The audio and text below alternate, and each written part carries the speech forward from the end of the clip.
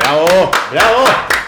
¿Cómo están? Buenos días, buenas tardes, buenas noches, buenas madrugadas, a la hora que sea, ¿no es cierto? Hay algunos desvelados que pueden estar viendo. Bienvenidos a Red Fija, ya el segundo capítulo de este podcast que estamos haciendo para todos ustedes, con todo el cariño, ¿no es cierto? Recordando esta época maravillosa de los años 90. Pero como ustedes saben, yo no estoy solo acá. Tengo a mi compa, mi querido amigo Marco Antón Salas. ¿Cómo está, compa? Bien, pues compa, un gusto estar de nuevo junto a ti y junto a todos ustedes en este hermoso viaje a la década de los 90, a recordar cómo éramos, cómo fue, qué nos pasó, en qué estábamos. Qué rico volver a estar en una linda época. Oye, ¿no? Y lo otro es que también uno ve las cosas de manera distinta naturalmente. Entonces lo ve con otros ojos. Recordamos cómo se observaba la realidad en ese tiempo con unos míseros, no sé, pues 10, 12, 8 años, dependiendo del año, ¿no es cierto? Y ahora ya casi cuarentones, viendo a ver qué tal fue esa época. La última vez estuvimos viendo, ¿no es cierto?, los comerciales, algunos comerciales, ¿ya? Y miren, la verdad es que en rigor íbamos a hacer una segunda patita de los comerciales, ¿ya? Pero lo que hicimos dejar stand-by un poquito para entrar en otro ámbito.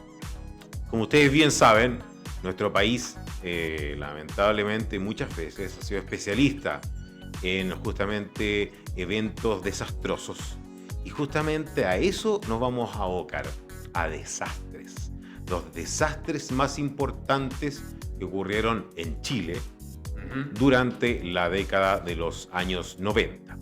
Y vamos a comenzar, nos vamos a trasladar al año 1991 a un accidente que fue muy grave, que fue en Puerto Williams, donde una aeronave resulta que era de un vuelo LAN-Chile, ya, del vuelo 1069, y que no alcanzó a terminar, ¿no es cierto?, la pista, fue más allá.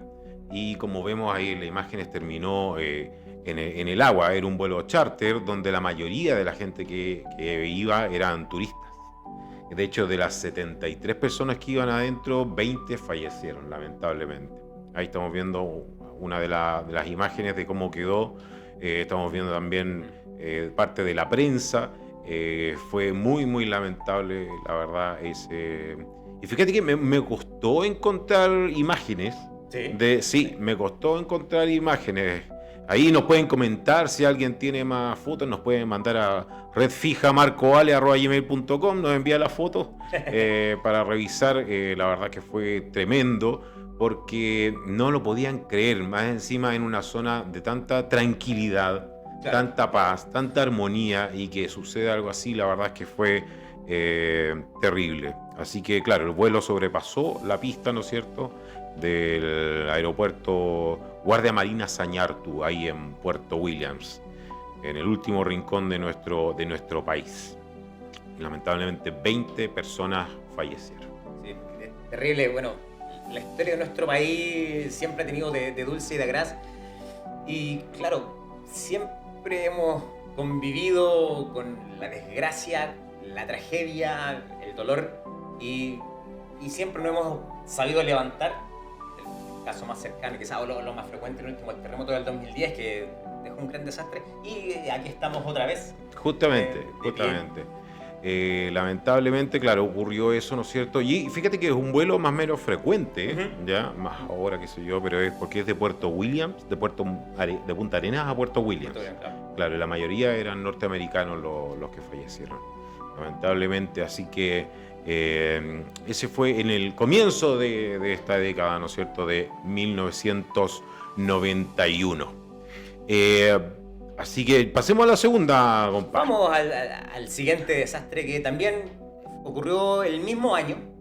Esta vez fue el 18 de junio del año 91, en la zona norte, en la ciudad de Antofagasta, en donde un aluvión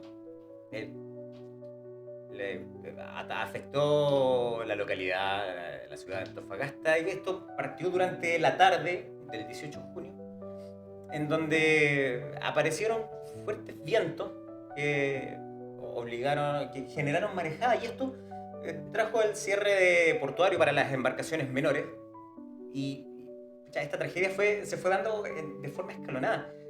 Partió con este ventarrón, luego a la hora siguiente, ya a las 6 de la tarde, apareció la niebla. Esta niebla se convirtió en lluvia y una hora más tarde, ya a las 7 de la tarde, comenzó una lluvia más tempestuosa, si se puede decir. Más fuerte. Más fuerte, una intensidad mayor. Y así continuó acompañada de fuertes vientos que acompañaron hasta el final del evento. Luego ya desde las 7 de la tarde hasta la 1 de la mañana, en donde la lluvia se volvió a incrementar, los vientos continuaron y bueno, ya media hora más tarde, después de esa madrugada, a la 1:30, la lluvia ya finalmente se convirtió en un temporal, si se puede decir, para lo que es la zona norte, que es una zona que llueve, claro, en la que llueve poco y que tiene un suelo que no está preparado para soportar tanto caudal de agua y mucho menos en poca cantidad de tiempo.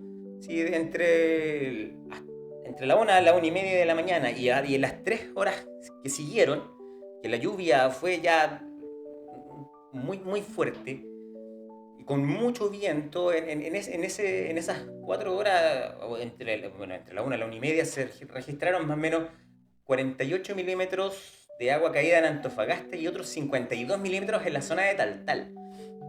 mucho. Entonces es mucha agua, Mucho, agua para claro. lo que es la zona norte.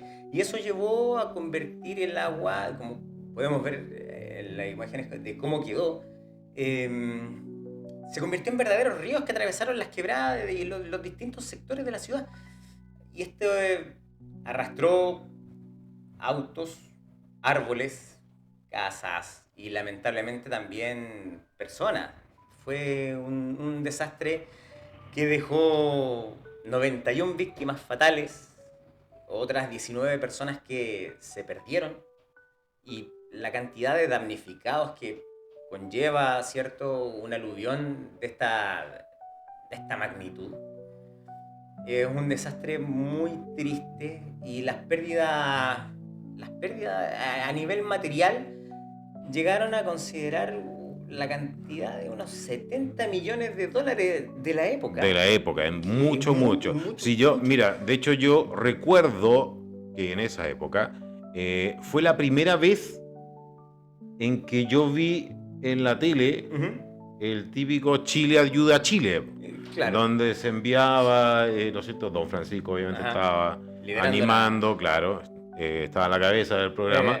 Y enviaban ayuda, después hicieron un programa directamente desde allá, que llegaban los camiones, entonces fue muy, muy, muy grande. De hecho, ahí me acuerdo que vi en algún video una imagen satelital de todas las calles donde este inmenso barrial había pasado. Era gigante, terrible. Entonces, claro, obviamente más aún en ese entonces, y ya actualmente, hace pocos años atrás hubo también problemas con eso. Hace pocos días el río Loa estuvo con un caudal muy grande. Imagínate en ese tiempo. Era peor aún. Entonces, la verdad es que es tremendo. En un país donde día a día ha ido avanzando, pero en esa época a lo mejor la preparación para soportar este tipo de catástrofes, considerando la época de los 80, de los 90 a lo que es ahora, no tiene la misma efectividad. Y bueno, la zona norte siempre sufre con el invierno boliviano, por ejemplo, que cae un poco de agua y es señal de desastre. Imagínate lo que fue este caudal de agua que cayó en tan poco tiempo y con tanta intensidad, y el desastre que dejó y lo doloroso que es para quienes perdieron tantos bienes materiales, a sus familiares. Justamente las familias, o sea, lo recuerdan, por supuesto, hasta el día de hoy.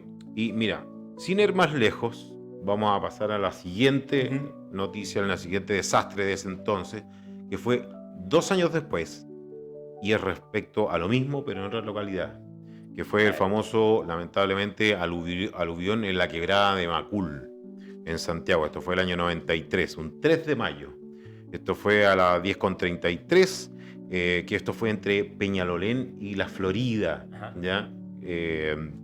Este aluvión dejó a 26 muertos, 85 heridos y 8 personas que desaparecieron. Y fíjate que después encontraron a una más. No. Nunca más rescataron a las otras. Oh.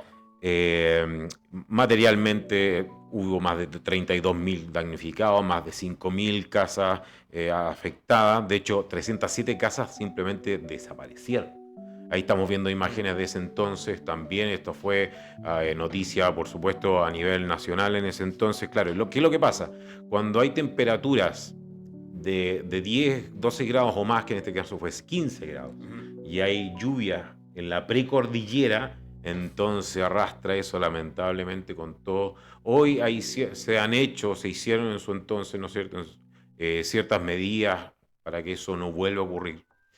Pero está latente, obviamente, que eso vuelva a ocurrir. La deforestación, lamentablemente, ayuda a que sea mayor el peligro. Por suerte no ha vuelto a pasar algo similar en lo local. Ahí estamos viendo justamente esa imagen que es justamente como un recordatorio de lo que ocurrió en ese entonces. Hay fotografías donde el lodo por ahí cerca hay una iglesia y llegaba hasta la mitad. ¿No? Terrible, espantoso. También obviamente hubo programas, me acuerdo que había uno que animaba el Pollo Fuente en una tarde y también era para ir en ayuda de esta gente. Claro, que se hizo una campaña similar al evento de Antofagasta, que también fue un Chile Ayuda a Chile. De ese sí yo tengo recuerdo de haberlo visto. Sí. Y claro, y a lo mejor en esa época siendo un niño me enfrentaba a lo que podía llegar a hacer la naturaleza en circunstancias. Sí, y de hecho, mira, me tomo justamente lo que tú estabas diciendo porque la visión es distinta. Yo me acuerdo que ya había ido al colegio, estaba de vuelta en la casa y me encuentro en la tele, ya uno que era tan teguito, como lo mencionaron en el programa anterior, que estaba animando el José Alfredo Fuentes, Pollito, y tenía invitados que de hecho me acuerdo que era el Bombo Fica y otro invitado más, entonces yo lo veía como algo entretenido. Claro. Sumamente, eso era lo que más me atraía. O sea, para los ojos de un niño, claro, es distinto, no tiene ni 10 años ahí. Claro, muy chico y claro, en una etapa en donde estás descubriendo el mundo, descubriendo ciertas cosas, viviendo un día a día en la comodidad de tu casa, con tu gente, con tus amigos, donde no pasa nada y de repente empiezas a ver que, chuta, ¿qué está pasando aquí? Sí, sí. ¿Por qué la gente está sufriendo tanto? ¿Cómo es que pasan estas cosas? Pasan estas cosas y wow. Y las interrogantes que se van abriendo y que uno va descubriendo y a la medida que uno también va creciendo, va entendiendo los fenómenos naturales, así como temblores, lluvia, inundaciones, derrumbes y cosas con las que uno se va enfrentando y con las que ya en la medida que uno va creciendo se va familiarizando y va aprendiendo a enfrentar. Ahí empezamos a descubrir que Chile era un país que tenía esto lamentablemente de manera habitual, ¿no es cierto? Oye, pasemos a la siguiente porque tiene que ver algo, pero ya que esto fue, no es un desastre natural, ¿no es cierto, compa? No es un desastre natural y que nos trae a la quinta región de Valparaíso. Así es. El año 1993. Sí, bien digo, el año 93. Este es un incendio que afectó a la discoteca Divine. Esta era una discoteca gay ubicada en la calle Chacabuco, que funcionaba en el segundo piso de una casona. Y esta casona compartía espacio en el primer piso con una distribuidora de madera que funcionaba el primero y el tercer piso y al medio estaba la discoteca. Este caso fue uno de los primeros que tuvo connotación nacional en cuanto al tema de la homosexualidad. Claro. Se hizo notar. Y mira, ahí vemos un recorte de prensa de una camioneta que lanzaron. Mira. Y claro, las investigaciones que siguieron después de este incendio apuntaban siempre como móvil, como causa, la homofobia, el rechazo a a la condición de homosexualidad. Y bueno, se dice que murieron alrededor de 20 personas, la cantidad nunca fue determinada con exactitud. Y las circunstancias en las que se da este incendio, que se dio más o menos a las 3:30 de la mañana, que es cuando se da la alarma de este incendio, en el que la gente ya intenta, lógicamente, arrancar, salir del lugar. Algunos se escondieron en el baño y otros fueron directamente a la puerta de emergencia. Y el camino para llegar a esta puerta de emergencia era una escalera, hombre, un pasillo muy estrecho. Y con la gente queriendo salir al mismo tiempo, se produce una especie de avalancha de personas, en donde de hecho hubo una persona que murió pisoteada por el resto de los que quisieron salir ahí. Y cuando llegan a la puerta de emergencia se encuentran que la puerta, en vez de abrirse hacia la calle, se abre hacia adentro. Y ya ahí esto se convirtió en una trampa mortal, porque aparte de que la puerta se abría hacia adentro, se encontraba con la cantidad de gente que quería ir hacia afuera, y esta puerta, para peor, estaba con candado.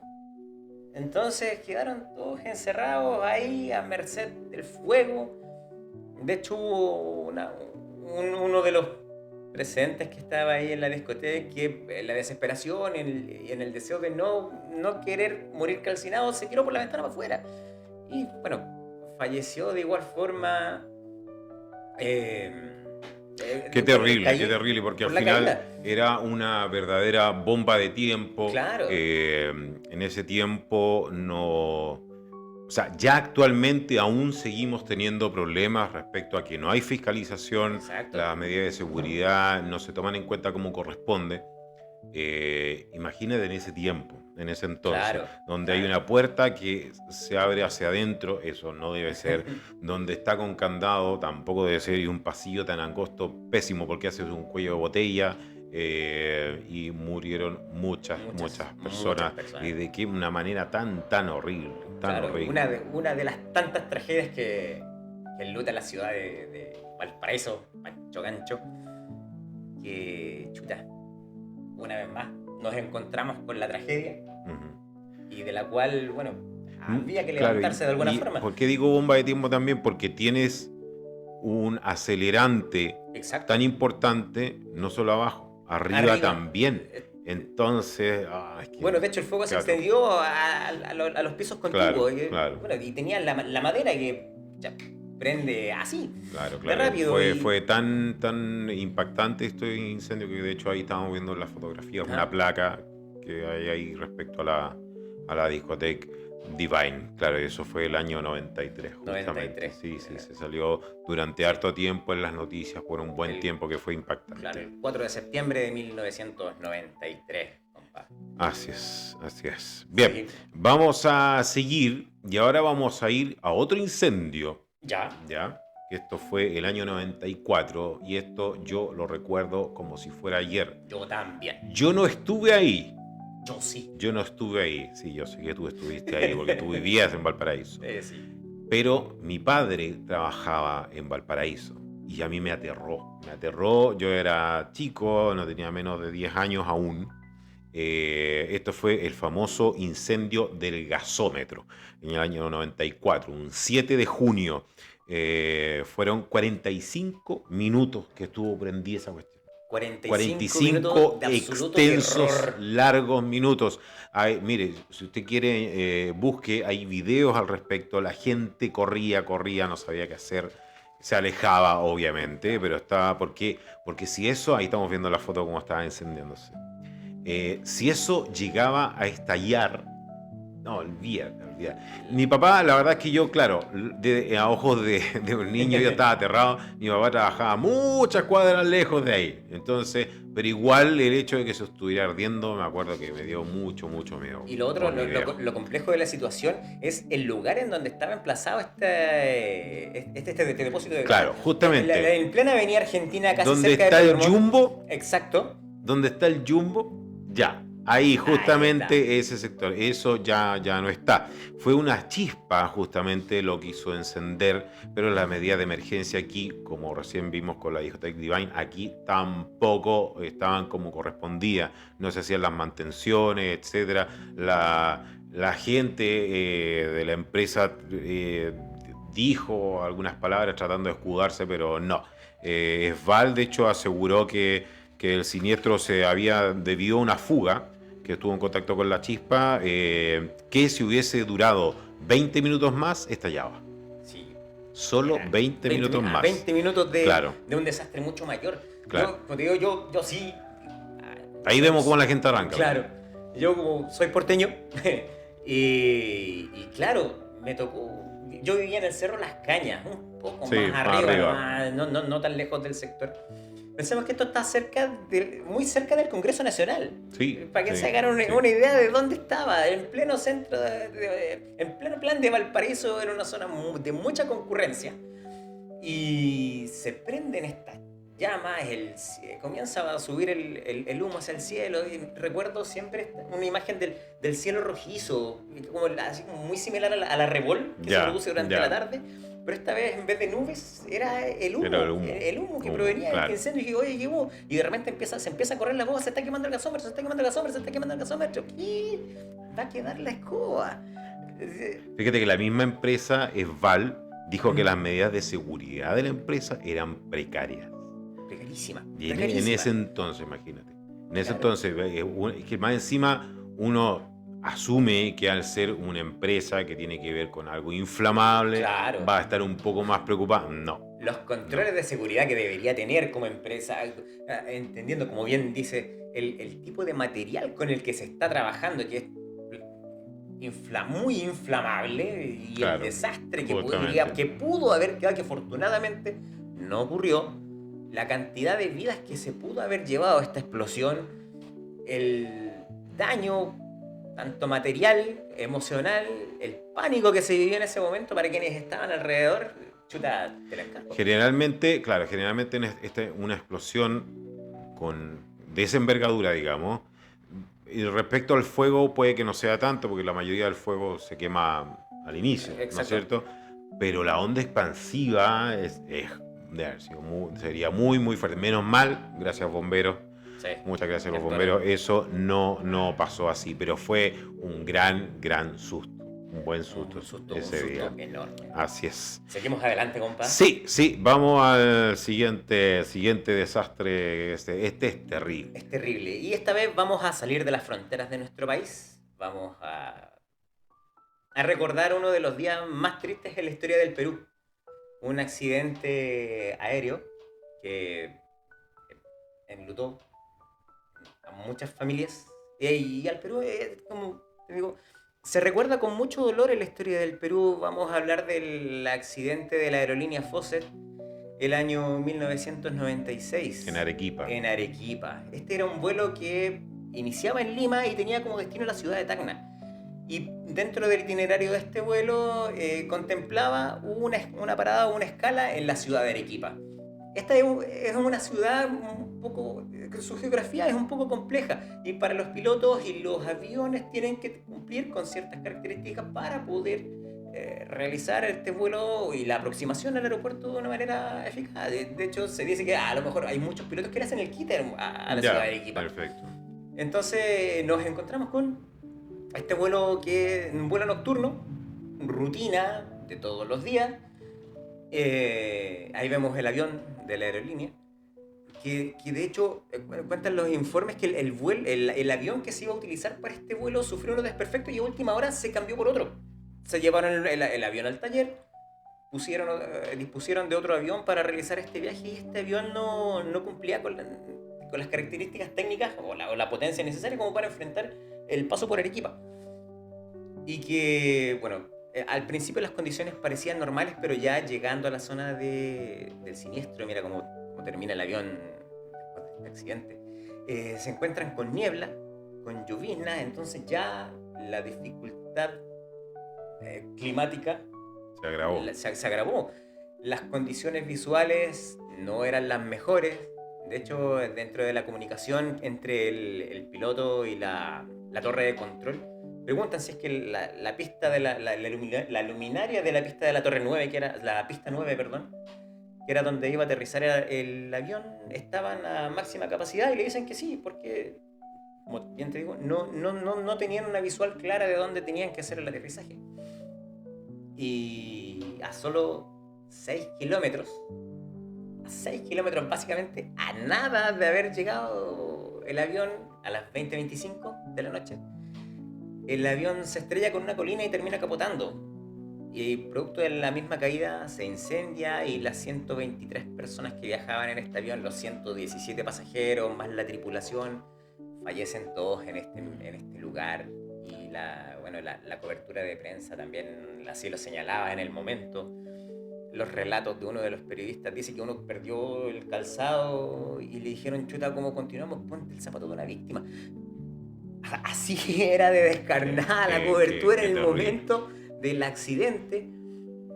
Una tragedia que, como te digo, demasiado dolorosa. E imagínate cómo debió haber sido para las familias que esperaban en el aeropuerto a estas personas que vivían y que iban a realizar un viaje de vacaciones, un viaje de rutina, a encontrarse con alguien que esperan ver pasar por el pasillo a la persona que viene llegando. Como todos los días. Como todos los días. Y en vez de eso se encuentran con la desesperación o la esperanza de que el nombre se haya de retrasado, claro, que haya sido otro avión. Claro. Y que el nombre, ya cuando se constata la tragedia por otro avión que pasó por el área y que le da el informe a la torre de control que le dice: se cayó el avión, se está incendiando. Entonces el estado de aviso, cuando se le informa a las familias que ojalá mi familiar, ojalá la persona que yo voy a ver no se encuentre dentro de la lista de fallecidos. Y bueno, después llega la noticia que fallecen todos. Además, destacar también que durante el vuelo el altímetro sufrió un desperfecto. Entonces ya eso es peligrosísimo. No solo tenían poca visibilidad, sino que tampoco podían confiar con los instrumentos. Claro. Ya venían unos 300 metros, si no me equivoco, más abajo de lo que de la altura que deberían tener para realizar la maniobra de aproximación al aeropuerto. No podían confiar en el instrumento, no tenían una visual clara de todo el espacio aéreo. A realizar una maniobra compleja y termina con la fatalidad que enlutó a los hermanos peruanos, a quienes le mandamos un saludo si hay alguien que nos ve llega a ver desde el Perú. Y además a todos los chilenos, por supuesto, porque fueron más de 40, exacto, ¿no es cierto? 42 de las 117 pasajeros eran de nacionalidad chilena y también perdieron la vida. Así con estas noticias, estos desastres que hemos visto. Y bueno, eso es respecto, ¿no es cierto?, a la aeronáutica, otro más. Así es. Y este que vamos a revisar a continuación tiene que ver con uno de nuestros grandes amigos, podríamos decirlo, conocidos de nuestra tierra, que son los terremotos.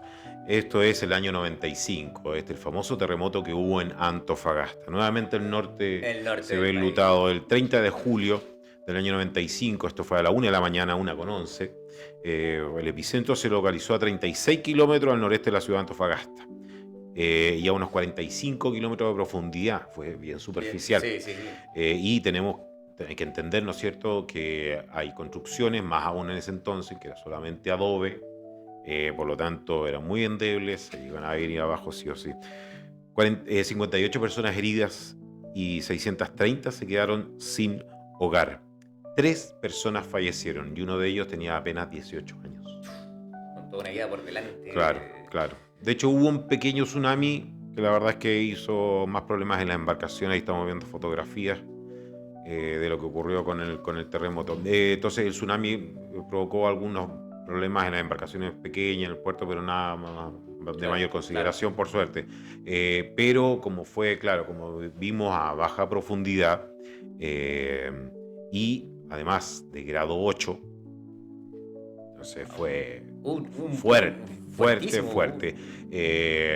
Hay que tomar todo eso en consideración. Vuelvo a repetir, son construcciones que de hecho se mantienen algunas el Ujú. día de hoy increíblemente, pero en ese entonces había muchas más y estas se dieron, incluso más o menos nuevas, porque estábamos viendo ahí una de que se había caído algo de un edificio relativamente nuevo, Claro. también para abajo.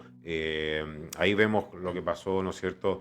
En ese entonces, muchas viviendas perdidas, muchas personas heridas y lamentablemente hubo 3 fallecidos. No son nuevos los terremotos en nuestro país. Recordemos que hay años y años. Hay unos años Claro. donde Japón tiene la mayor cantidad de temblores, otros años Chile. Generalmente es Chile. Recordemos que tenemos el terremoto más grande que se ha percibido por el hombre, el del 60, 60 en Valdivia. ocurrió acá en Valdivia. Y ahí estamos viendo más fotografía. Fue desastroso. O sea, la Terrible, reconstrucción, terrible. el sacar todos los escombros demoró mucho, mucho tiempo. Ahora las calles son de pavimentadas de otra manera. Los lugares de acceso también lo son. De repente también se hacen mal. Ujú. Eh, por ende, el que llegue la ayuda eventualmente un poco más rápido, en ese entonces no. No tenía, Y no seguimos tenían cómo siendo, llegar. claro, seguimos siendo un país que es demasiado centralizado, donde todo ocurre en Santiago y si no un poco en Valparaíso y sería un poco más se ve que se traslada a ciertas ciudades y de ahí sale la ayuda más Claro. inmediata, pero falta aún, falta en eso, a pesar de que han pasado ya muchos años de ese entonces, 30 años, pero aún se necesita que se descentralice el país de todas Con maneras. urgencia. Así que, no, imagínense, 630 personas quedaron sin hogar. ¿A qué lugares llegaron? De seguro donde familiares, pero hay un cierto tiempo que también puedes estar ahí, te tienes que Claro. reubicar. O sea, es muy, muy complejo. Así Mira, que un grado 8 fuerte, que de hecho, fuerte. veíamos las imágenes y recordaba el terremoto del 2010 al que hice alusión hace unos momentos atrás. El del 2010 fue 8.8 Ujú. y derribó un edificio que supuestamente cumplía con las normas de más alto estándar. Bueno, después de Lo la cual investigación se no era descubrió así. que no era así. No era así. Bueno, a lo que voy es que con el paso del tiempo, en la actualidad, la norma antisísmica es mucho más específica en cuanto al tipo de construcción de viviendas y estructuras para distintos tipos de uso. Y enfrentar un grado 8 con la tecnología o con el tipo de materiales que se utilizaban para construir en esa época, que, bueno, como tú decías hace poco, la mayoría era de adobe. No, todavía no se trabajaba, bueno, si bien sí se utilizaba el concreto y enferradura, no era No muy era tan común o no era tan masivo, masivo claro, no como lo había es tanto ahora. acceso, era más Exacto. caro, también se usaban a veces otros materiales, qué sé yo, Madera, cholguán. Habían cholguán, paredes porque hay que entender que ahí o hace mucho calor o o hace hace mucho mucho frío. frío. Entonces el cholguán colocan cosas entre medio, lo cual permite otro aislamiento eventualmente. Entonces, aislación, perdón. Ujú. Entonces, es distinto, son épocas distintas, son 30 años de diferencia, hay que entender eso, así que, pero así con este terrible, terrible terremoto. Pasemos al siguiente, compás. Vamos a la siguiente tragedia que nos lleva a la zona sur del país. Vamos a hablar de la tragedia del Estero Minte. Esto ocurrió el 7 de mayo de 1995. Ahí podemos ver la cartera en imágenes. Esto ocurrió en el kilómetro 7 de la ruta 225 que une Ensenada con Puerto Varas en la región de los lagos. Esto también fue un desastre que encierra nuevamente lluvia, arrastre de material. Para ponernos en contexto, el estero Minte pasa por debajo de la carretera que veíamos al principio y era encauzado por una alcantarilla de un metro de diámetro. Y esta alcantarilla, producto de la cantidad de agua que cayó en ese día, eh, trajo arrastre de material, trajo árboles, rocas, sedimento y que generaron el colapso de la alcantarilla y el colapso del terraplén que sostenía el puente, provocando un socavón de unos 15 metros. con la poca visibilidad que había en ese momento, terminaron cayendo 4 autos, un jeep, una camioneta y un camión. Esto es terrible, terrible, Terrible. porque fue de noche, entonces yo pasé por ahí. ¿Pasaste? En algún momento fuimos con mi familia, con mi señora y mi hija, y pasamos por ahí. Y yo, imagínate ese lugar de noche, este puente obviamente se dio, por lo tanto pasaba uno, pasaba otro, del otro lado también, un jeep que trata de frenar, no alcanza, después otro camión. Entonces es uno y los que quedaron vivos abajo, Claro. pasa el otro vehículo y cae Se cae encima. No, Sí, de hecho, mira, es de hecho cuenta el un relato, infierno, un el infierno. relato que un conductor alcanzó a advertir Sí, la caída del terraplén y intentó avisar con los medios que tenía, luces, señaléticas, para que el Pero resto de no. los vehículos vieran lo que estaba pasando, tomaran precauciones o se dieran la vuelta. De hecho, el camión que cae es uno de los que el conductor del camión no alcanza a ver la señal que estaba haciendo este otro conductor y terminó cayendo encima de los otros vehículos. Al final, en este desastre murieron 27 personas y hubo un solo sobreviviente que era alpinista. Y él, con su conocimiento de la actividad, al final logra salir y logra zafar de este desastre. Y de las 27 personas que fallecen eran 15 niños y 2 adultos.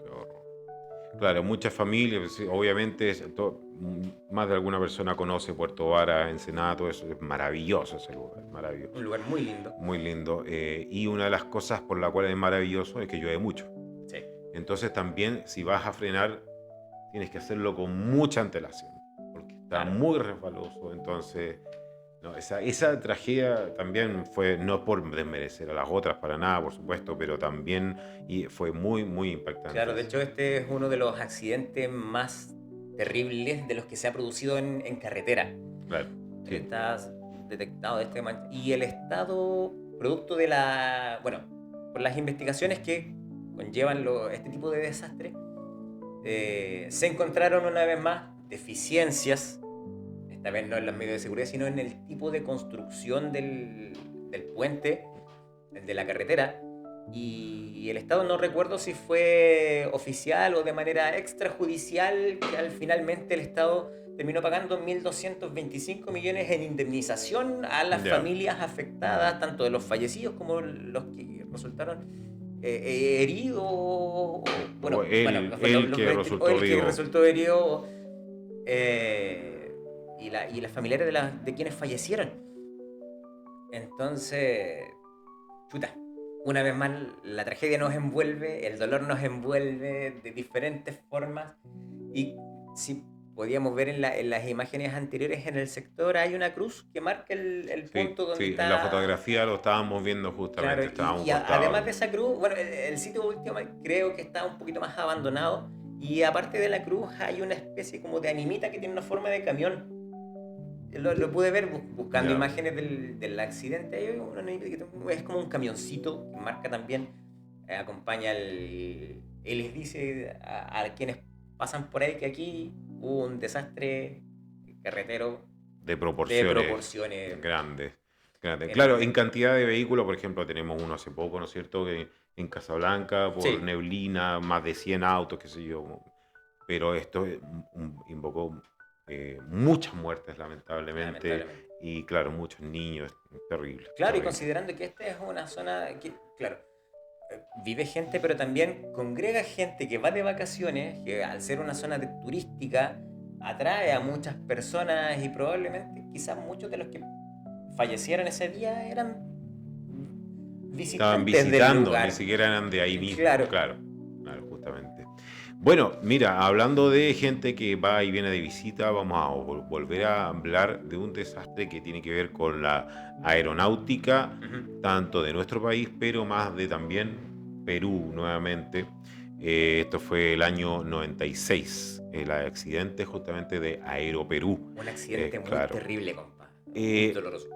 Fue horrible, esto fue el 1 de octubre del 96. El vuelo 603, ahí estamos viendo justamente ese tipo de avionera. A ver, ellos, es que la raíz de por qué hubo el accidente es tanta rabia. venían con 180 personas desde Miami hacia escala en Lima y venía a Santiago. Baja mucha gente en Perú, ¿ya? Y suben muchos chilenos, ¿ya? 30 chilenos justamente. Resulta que los pilotos tuvieron a poco tiempo de salir, ellos van por mar, Ajá. bajando hacia Chile. Tuvieron una falla multiinstrumental finalmente, ¿ya? Donde ellos lo que hacen una curva tratando de volver a Perú. Como funcionaban todos los instrumentos mal, no sabían a dónde iban, a qué altura iban. Entonces, entre que bajan, suben, van, según ellos, hacia el Perú y terminaron yendo a otro lado y al final no hubo nada que hacer y lamentablemente cae en el mar. Absolutamente todas las personas fallecieron. Fue imposible, o sea, trataron de todos los medios de regresar. Si usted quiere, lo puede buscar, está en YouTube, están los audios de los pilotos. Y es, claro, como bien dice ahí la fotografía, estaban volando totalmente a ciegas. Es desesperante escuchar. Y por ahí yo creo que, ahí está la fotografía, lo que está encerrado con negrito, eso es una wincha aisladora. Lo arreglaron colocándole una wincha. Y eso fue lo que provocó todos y cada uno de los problemas que tuvieron, esta falla multiinstrumental que tuvieron los pilotos. Trataron por todos los medios de poder zafar de eso, pero fue increíble. Fue terrible. Fue terrible. Recuerdo haber visto las noticias de este accidente en particular. Y chuta, también. En la época la década de los 90 para nosotros vivíamos plena infancia y una vez más nos enfrentábamos a algo nuevo, a una nueva tragedia, de dimensionarla como tal, entender qué es lo que estaba pasando, cómo lo enfrentan las familias que pierden a sus seres queridos, cómo te enfrentas con la muerte. Claro, porque resulta que ahí uno ya estaba un poco más grande. Recuerde que estamos recordando los 90, ajá. Por lo tanto uno tenía otra edad, en este caso el 96, tenía 11 años. 10, 11 años. Por ahí. Entonces ahí uno empieza, chuta, ¿y qué pasa si hubiese sido mi papá, mi mamá, mi abuelo, mi abuela, mi hermana? Entonces lo empiezas ya a tomar desde otra darle madurez, una un poquito más, ¿no es cierto? Y te empieza a afectar un poco más. Por esto, claro. Estos dos de Perú, estos vuelos, yo me acuerdo que me marcaron en ese entonces. Sí. Y porque en algún momento mostraron, meses después, bueno, fue inmediato, un pequeño audio. Uno lo puede ver más completo en internet. Pero en ese entonces era un pequeño audio. Claro, con y el eso yo me acuerdo negra... que, claro, y eso justamente... era muy, muy potente en ese entonces. Sí. El escuchar eso, me acuerdo que me marcó mucho. Claro, y si uno hace el mismo ejercicio ahora buscando el audio en internet, imaginándose lo que está pasando en ese momento, chuta, se te llegan a parar los pelos de lo terrible que es la situación que está viviendo el piloto, cómo lo debe estar pasando la tripulación, cómo lo están pasando los pasajeros si es que se llegan a enterar que el avión está pasando por una situación compleja. Sí. No, terrible, porque la desesperación es muy, muy grande, obviamente.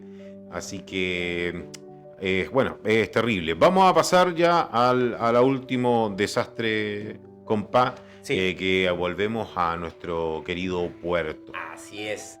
Vamos a la noche del 1 de enero de 1999. Plena celebración, año nuevo, aglomeración de gente, jolgorio, alegría, la esperanza de comenzar un año mucho mejor que el que pasó. Y que era el último del milenio. Vamos a ver los fuegos artificiales, clásico de la quinta región. Año nuevo en el mar, en la pasarela de Caleta Portales, ubicada en la Avenida España. Apenas el espectáculo dura alrededor de 30 minutos. Termina el espectáculo y la pasarela cae con alrededor de 300 personas que estaban arriba de la pasarela. Este derrumbe trajo la muerte de 2 personas, una menor de 14 años y otro otra adulta, ¿cierto? Y alrededor de 87 heridos, si no me falla la memoria. Esto empezaron bueno, ahí ya con luz de día empezaban a ver la pasarela, a hacer la investigación. Se notaban muchas huellas de corrosión en la pasarela. Muchísimo. Entonces ya empezaron vamos a buscar los responsables.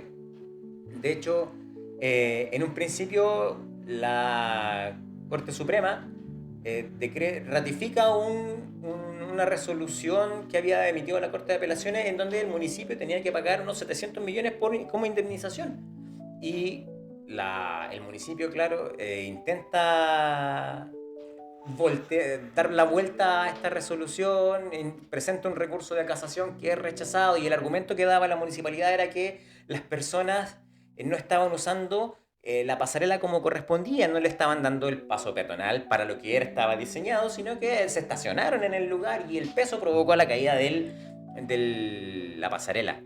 Y finalmente, el 4 de abril del 2003, el primer juzgado civil de Valparaíso decreta y zanja la situación, obligando a la municipalidad a pagar una indemnización de 1.000 millones.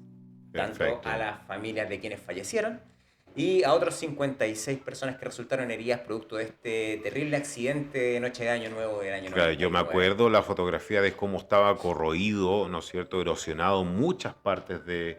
Entonces, claro, por una parte es cierto, mucha gente arriba, peligrosísimo, y está el otro lado que no es la mantención que corresponde porque claro, es un lugar que lo tiene que ver, en este caso, el municipio. Ese fue, creo yo, uno de los peores comienzos de año que ha tenido Valparaíso, de todas maneras. Bueno, tú vivías ahí. Sí, yo vivía ahí. Yo vivía en Quilpué entonces. Pero me acuerdo el taco gigantesco. Había otros donde hubo incendio, otros años claro, nuevos, el del 2000, 2001. Claro. Y así, bueno. Así ha sido la década de los 90 con sus maravillas y sus pesares también. En este caso estábamos recordando, ¿no es cierto?, lo que son los desastres. Pero no vamos a quedar así depresivos. No se preocupe. No. Vamos a venir, por supuesto, el próximo capítulo de este podcast con otros temas ya interesantes, por supuesto, de esta maravillosa década. Así que hasta el próximo capítulo. Nos vemos poco más. Y si me permite un saludo breve. Sí, por supuesto. Me lo pidieron porque ya saben que estamos haciendo este podcast. Marcelita Chacón, que a ti te manda personas que quiero mucho, buenas, grandes amigas. Un saludo grande para ella, un abrazo enorme. Mis tóxicas queridas. Y nos veremos en un próximo capítulo. Sí, pero nos vamos a ver en un próximo capítulo. Ahí vamos a estar informando. Recuerda escribirnos, suscríbase, sí, dele like y comente. Ya en Red Fija, ahí nos puede ubicar en YouTube, por supuesto. Y síganos en redes sociales. Nos vemos. Hasta la próxima. Chao.